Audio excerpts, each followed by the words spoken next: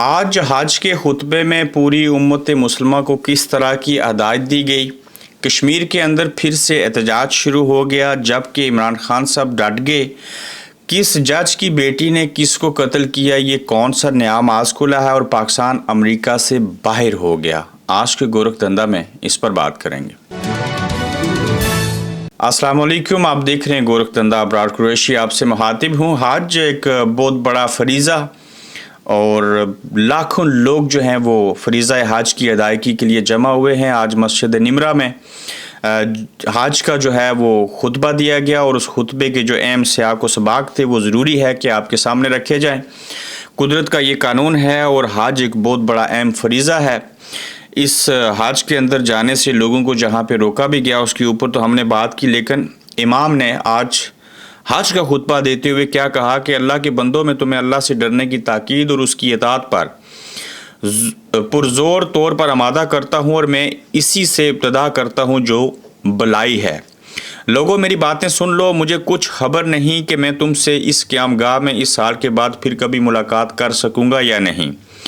हाँ, जालियत के तमाम दस्तूर आज मेरे पाँव के नीचे हैं। अरबी को अजमी पर और अजमी को अरबी पर, सुर्ख को स्याह पर और स्याह को सुर्ख पर कोई फजीलत नहीं मगर तकवा के सबब से। फिर वो कहते हैं कि खुदा से डरने वाला इंसान मोमिन होता है और उसका नाफरमान शक्की। तुम सब के सब आदम की औलाद में से हो और आदम मट्टी से बने थे। लोगों, तुम्हारा खून, तुम्हारे माल और तुम्हारी इज़्ज़तें एक दूसरे पर ऐसी हराम हैं जैसा कि तुम आज के दिन की, इस शहर की और इस महीने की हुर्मत करते हो।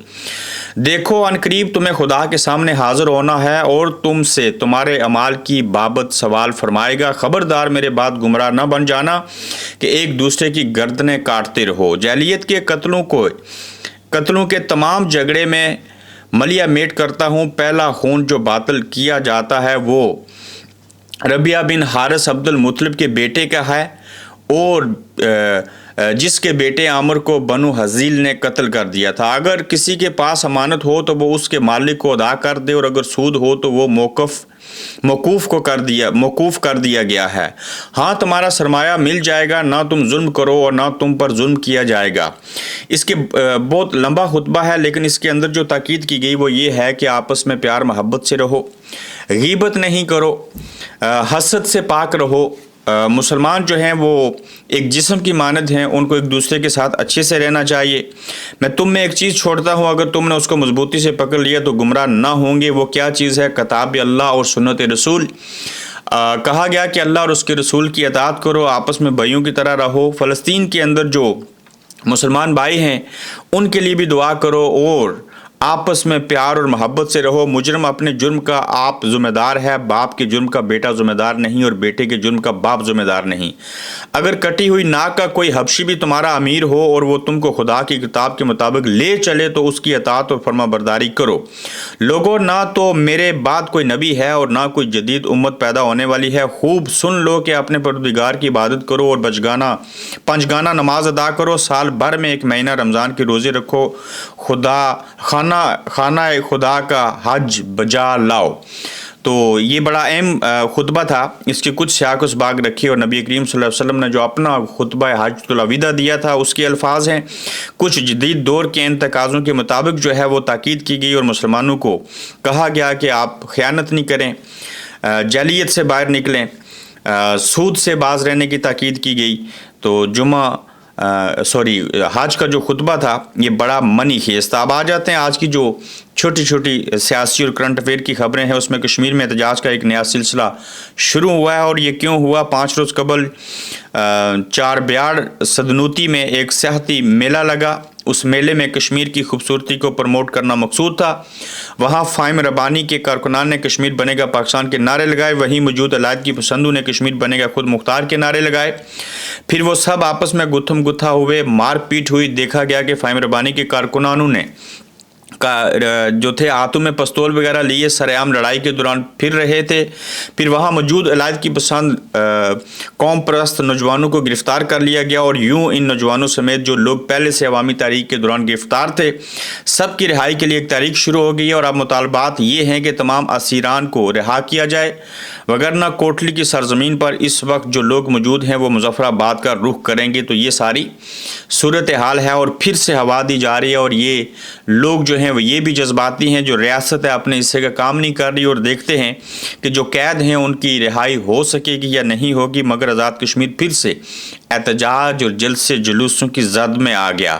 عمران خان صاحب ڈٹ کے ہیں اور اس حوالے سے ہے کہ جو صحافی پی ٹی آئی کے حق میں بولتا ہے اسے پکڑ لیا جاتا ہے. رؤف حسن پر حملہ کر کے اس کا منہ کاٹ دیا گیا، علی زمان پر تشدد کیا گیا. ان سب میں خفیہ ادارے ملوث ہیں، عمران خان صاحب نے کہا. اور پھر عمران خان صاحب نے یہ واضح کیا اور واضح طور پر کہتے ہیں کہ 3 پارٹیوں سے مذاکرات نہیں ہوں گے. پہلے یہ اپنے سپانسر سے لیٹر آف اتھارٹی لے کر آئیں کہ ان کے پاس مذاکرات کی اتھارٹی ہے یا نہیں. رؤف حسن کے بقول تو عمران خان صاحب کہتے ہیں کہ میں اپنی بات کے اوپر قائم ہوں، ان 3 پارٹیوں سے جو ہے وہ مذاکرات نہیں ہوں گے. ان کے جو بڑے ہیں، جو ان کو سپانسر کرتے ہیں، جو ان کو سپورٹ کرتے ہیں، ان سے اجازت نامہ لے کے آئیں. اگر وہ ان کو کہتے ہیں، جو ان کو باسز ہیں، تو پھر ہم اس طرف جائیں گے. پولیس افسران جو ہیں وہ معطل کیسے ہوئے اور اس سلسلے میں کیا چیزیں ہیں؟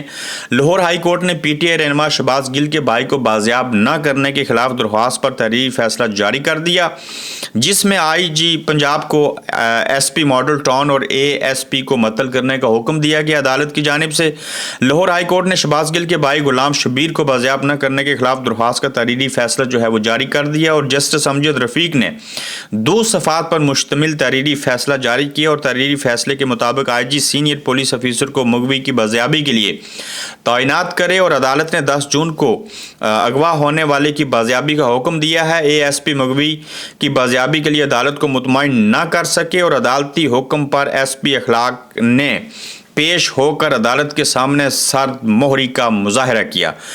پاکستان کرکٹ ٹیم کا سفر تمام ہوا، وہ امریکہ سے واپس آ گئے ہیں. پاکستان کا واپس پاکستان آنا ٹھہر گیا. بارشیں کسی دور میں پاکستان کے لیے رحمت کا باعث بنتی تھیں، اس پر بارش جو ہے وہ کرکٹ میں پاکستان کے لیے زحمت کا باعث بنی. اور پاکستان کی کرکٹ ٹیم جو کہ فساد کا شکار ہے، نالائکیوں کا شکار ہے، ایسے کھلاڑی ہیں جو زمین کے اوپر اور قومی ٹیم اور قومی خزانے کے اوپر بوجھ ہیں، تو کسی صورت یہ ڈیزرو نہیں کرتے تھے. امریکہ ان سے بہتر ٹیم ہے. وہ لوگ جو ہیں وہ پرماننٹ امپلائی بھی نہیں ہیں، ان کو لاکھوں کروڑوں کی سیلری بھی نہیں ملتی. وہ چھٹی لے کے آتے ہیں، میچ کھیلتے ہیں.